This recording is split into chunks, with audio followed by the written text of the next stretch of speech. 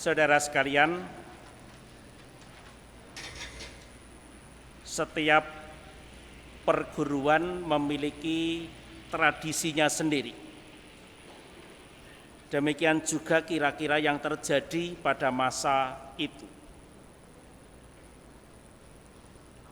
Yohanes tampil di muka umum mengajarkan dan menyerukan pertobatan, dan bersamaan dengan itu dia mengajari para muridnya untuk berdoa dengan cara yang berbeda dari yang diajarkan oleh para ahli Taurat pada masa itu. Dan di sini muncul guru baru, yaitu Yesus dari Nazaret. Ada banyak orang yang mengikuti dia, dan kemungkinan mereka ini kesengsem dengan apa yang diajarkan oleh Yohanes Pemandi bagi para muridnya. Dan dia memang, atau mungkin mereka ingin mendengarkan kalau guru Yesus ini kira-kira akan mengajarkan doa seperti apa. Dan memang kita tahu doa yang diajarkan oleh Yesus memang berbeda dari orang-orang lain. Ada dua hal yang menarik untuk dicermati, karena Yesus bukan hanya mengajarkan para murid berdoa, tetapi juga hal yang menyertai dengan doa itu sendiri. Kita lihat yang pertama.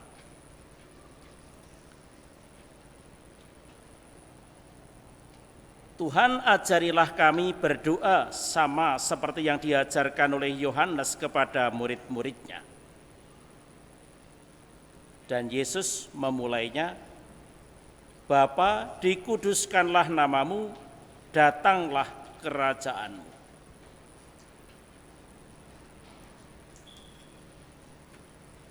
Sikap orang yang berdoa pertama kali adalah menyadari bahwa dia berada di hadirat Allah. Dan Allah yang dihadapi oleh manusia ini adalah kudus. Maka Yesus mengajak kita untuk masuk ke dalam kesadaran itu. Dikuduskanlah namamu. Menyadari bahwa diri kita ada di hadirat Allah,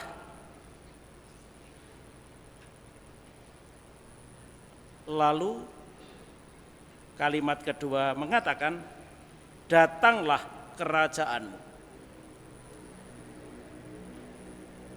Itu sebuah harapan supaya Allah yang kudus ini meraja di dalam kehidupan kita. Apa tanda-tanda bahwa Allah itu meraja di dalam kehidupan kita? Allah yang meraja di dalam hidup manusia, menguasai hidup manusia, pada waktu Tuhan memberikan rezeki yang cukup kepada apa yang kita butuhkan. Allah meraja di dalam kehidupan kita kalau kita semakin mampu untuk dapat mengampuni. Seperti halnya Allah mengampuni setiap dosa manusia. Allah juga meraja di dalam kehidupan. Pada waktu kita memiliki kemampuan untuk menjaga diri, sehingga berani mengambil keputusan yang benar selaras dengan kehendak Allah, sehingga kita tidak pernah jatuh ke dalam pencobaan. 3 tanda bahwa Allah meraja di dalam kehidupan kita.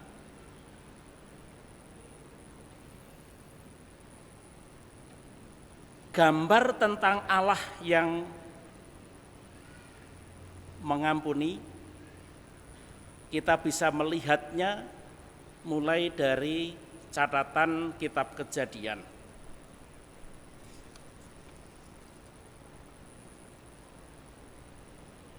Kisah tentang Sodom dan Gomora. Ini dua kota besar, kota metropolitan pada masa itu dengan penduduk besar.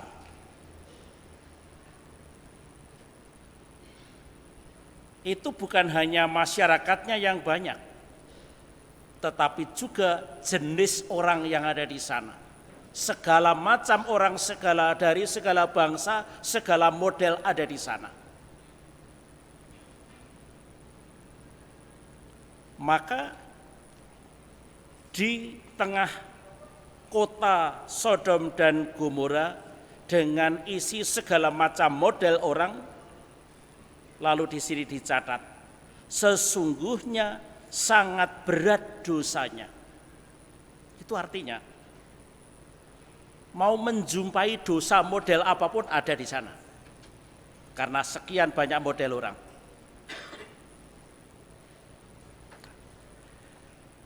Untuk dosa berat yang dilakukan oleh masyarakat Sodom dan Gomora, Abraham memohon kepada Tuhan, mulai dari menyebutkan 50 orang yang baik, orang yang benar. Apakah Tuhan Allah tetap akan melaksanakan niatnya membumi hanguskan orang-orang Sodom dan Gomora? Dan ternyata Tuhan mengatakan, aku tidak akan membinasakan mereka. Aku tetap akan memperhitungkan 50 orang benar itu demi orang seluruh kota. Hingga akhirnya cerita berakhir sampai pada 10 orang. Allah tetap menunjukkan kerahiman dan belas kasih serta pengampunannya. Demi yang 10 orang baik itulah Tuhan tidak tega menghapuskan mereka dari muka bumi. Tuhan mengampuni mereka dengan sebuah harapan bahwa mereka akan meninggalkan hidup yang penuh dosa itu untuk kemudian perlahan-lahan menata hidup yang baru, sehingga Allah meraja di dalam perjalanan hidup mereka sehari-hari itu. Itu kurang lebihnya ke sana. Nah, sekarang kita lihat catatan yang lain. Yesus bukan hanya mengajari orang untuk berdoa yang pokok seperti tadi, tetapi juga Yesus menambahkan sesuatu hal yang tidak dicermati oleh orang lain, yaitu dengan sebuah perumpamaan orang yang ada dalam perjalanan mampir di rumah sahabatnya di waktu orang sudah saatnya tidur. Dan kita tahu bahwa orang yang dihampiri tadi merasa harus bisa menjamu tamunya, dan ternyata dia tidak memiliki apapun. Lalu dia membangunkan tetangganya dan mohon untuk diberi roti. Berat tadi 3 roti. Lalu Yesus mengatakan, sekalipun ia tidak mau bangun dan memberikan kepadanya karena orang itu adalah sahabatnya, namun karena sikapnya yang tidak malu itu, ia akan bangun juga dan memberikan kepadanya apa yang diperlukannya. Kata kuncinya ada di tidak malu.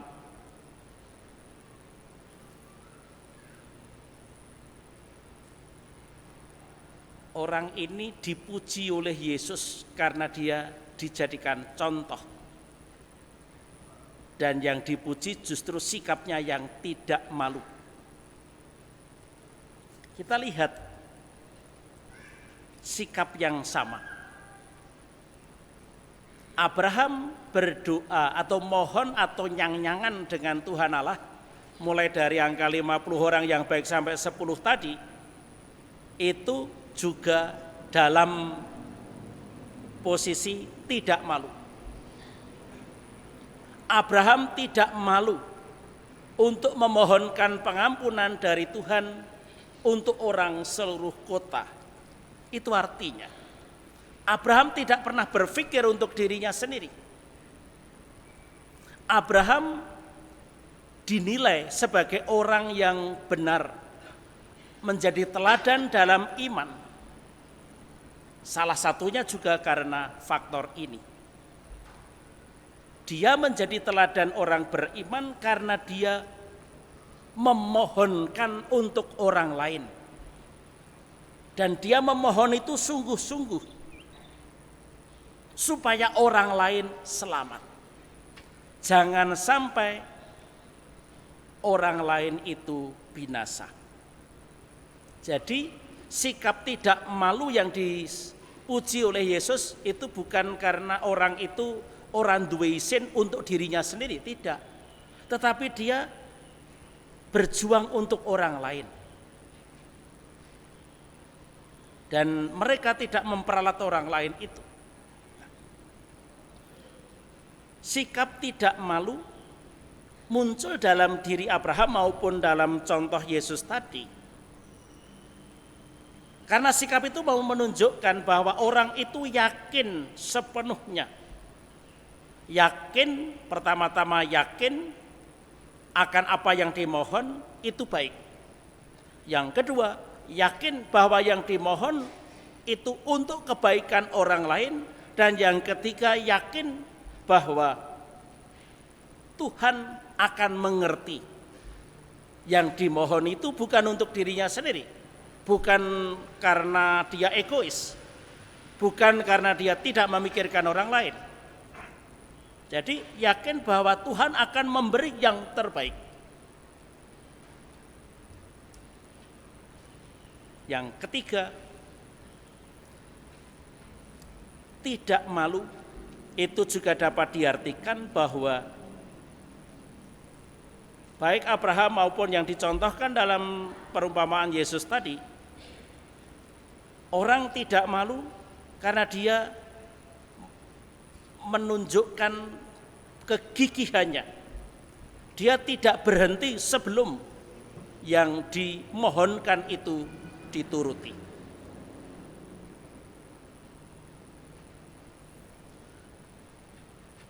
Orang yang yakin bahwa Tuhan akan memberi yang terbaik.